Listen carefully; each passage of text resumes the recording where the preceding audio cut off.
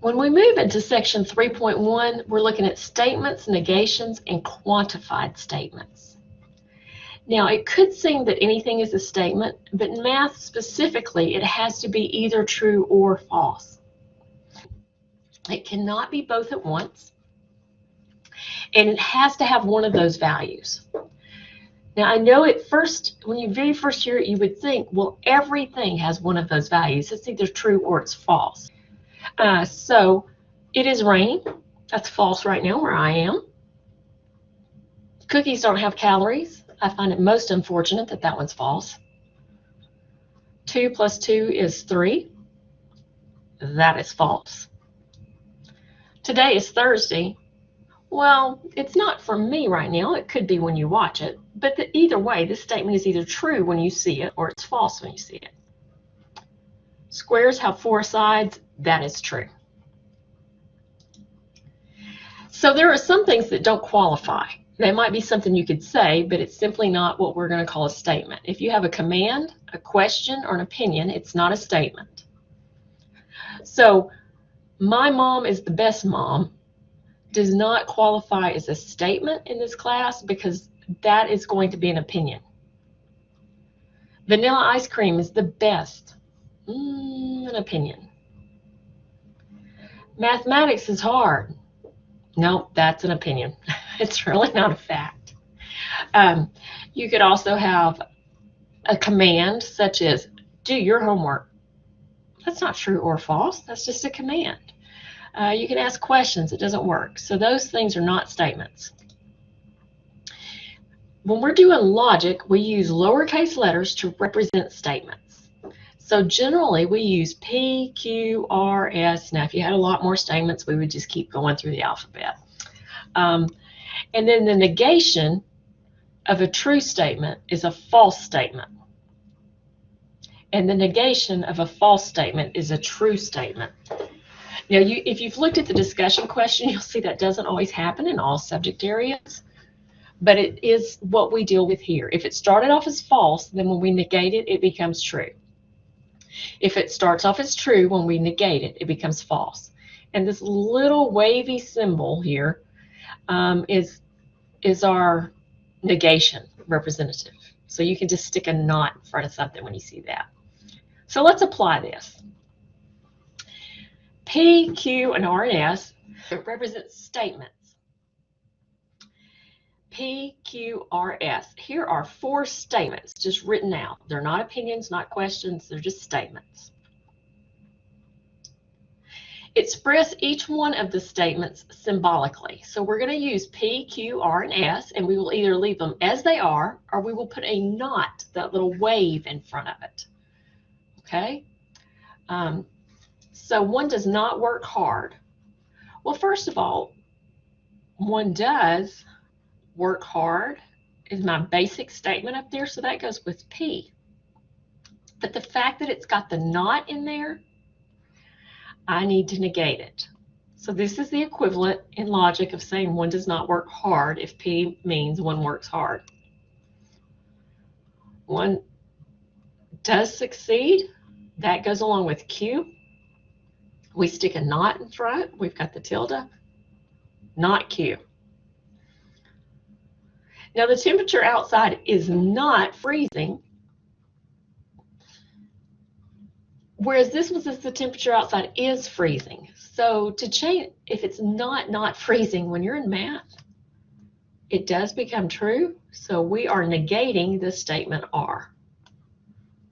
The heater is working is the negation of statement S. So those are symbols.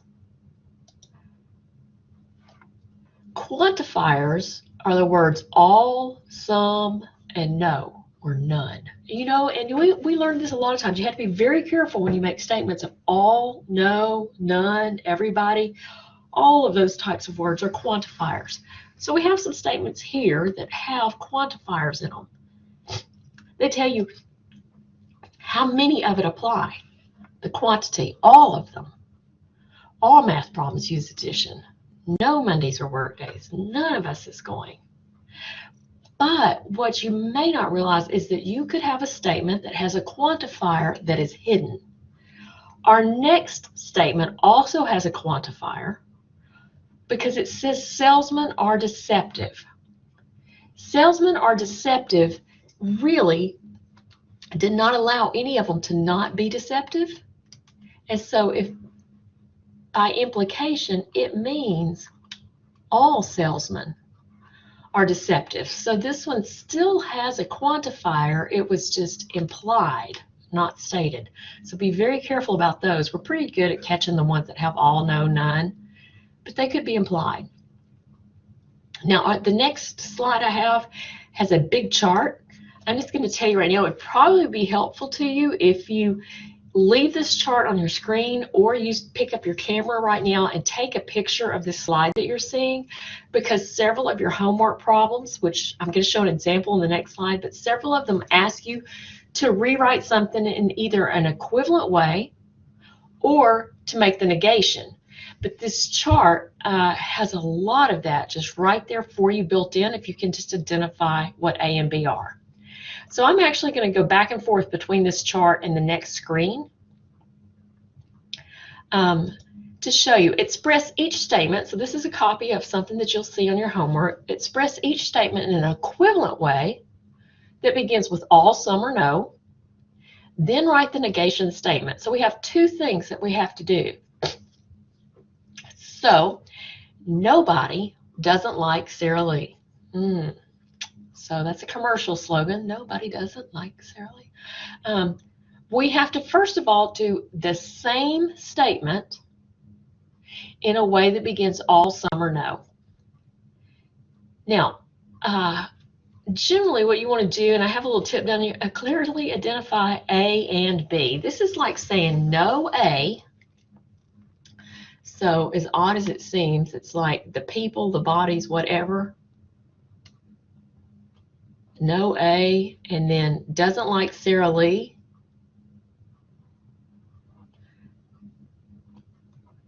It's kind of your B thing going on. And so if I said no A, let me go back to our previous screen and look at it. No A, R, B.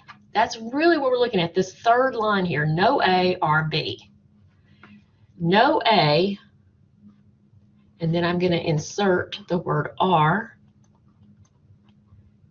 and say B are the people that doesn't like Sara Lee. So no A, R, B. How can I say that in the same way? Well, if I go back to my chart, follow this rule along, in an equivalent way, I could say all A are not B.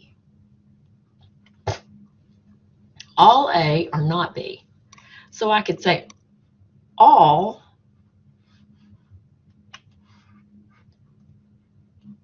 now I need all A, wherever that was, all A.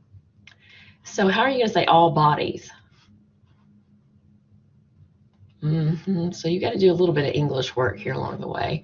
So everybody might be an appropriate way to say it. I'm not going to leave it just like that because the instructions very clearly say that I need to say all, some, or no. So what I'm going to say up here is all people. I think everybody could be equivalently said by all people. Then we need to say, again, all A are not B. So all people, and then what are you going to do? All people are not, doesn't like Sara Lee. So you have to kind of think about that. Well, really what that's going to do, if it's not doesn't, then we're going to get rid of the doesn't part and say the does. Everybody or all people are people who like Sara Lee. And I am kind of speeding this up. That's certainly not a great grammar statement. So everybody likes. Now see, I cleaned up the grammar there. Everybody likes Sara Lee. That's really what the commercial's trying to get. Nobody doesn't like Sara Lee. Well, everybody likes Sara Lee. That's what they're after. A problem well stated is a problem half solved. And we often separate things at the verbs, but not always. But a problem well stated is a problem half solved. So this is like A is B. So A is B. Let's go back and look at our chart. A is B. Well, if A is B, then all of it's B. So all A are B. That's my very first statement. Equivalent, there are no A that are not B. So this one was, again, all A is B. So my equivalent statement, I know I haven't done the negation, but that's going to be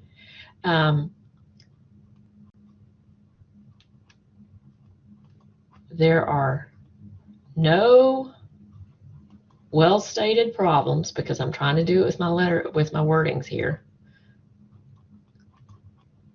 There are no well-stated problems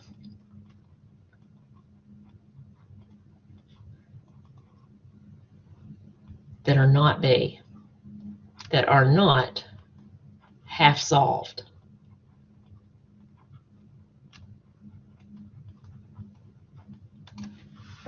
So there are no well-stated problems that are not half solved. Nothing is both safe and exciting. So no A is B. That's kind of like the Sara Lee one then. No A or B. I need to say all things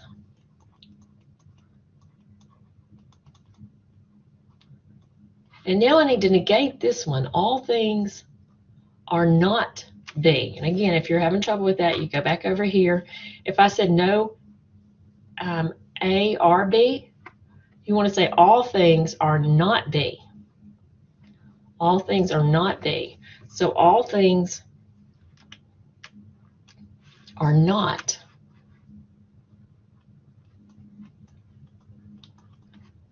both safe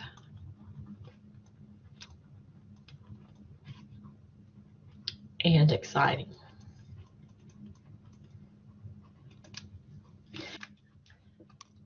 Okay, so now let's look at the negations. How does a negation work? Once we have the equivalent statement, how can we easily negate it? There are several correct ways to do it. If it said all, you can say, well, not all. If it says all, you can say, well, just some of them. If it says that they are something, you can put a not something in front of it. So there's several correct ways to do a negation. Okay, so now let's go down here and look at this one. All people like Sara Lee. Everybody likes Sara Lee. You can say some people don't like Sara Lee. At least one person doesn't like Sara Lee. Okay, so all you have to do is just make this statement where it is not true. So we're going to make it false. So somebody, some person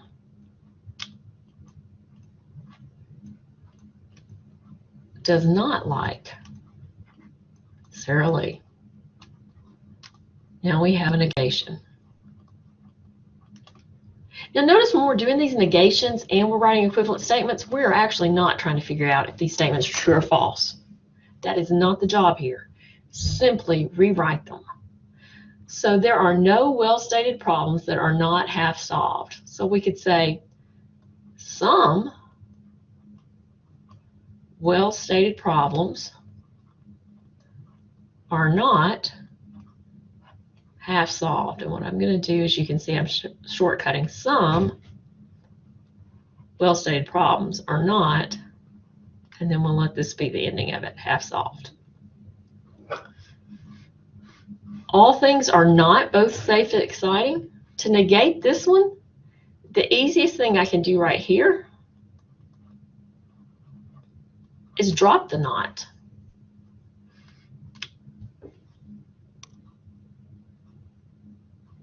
Okay, and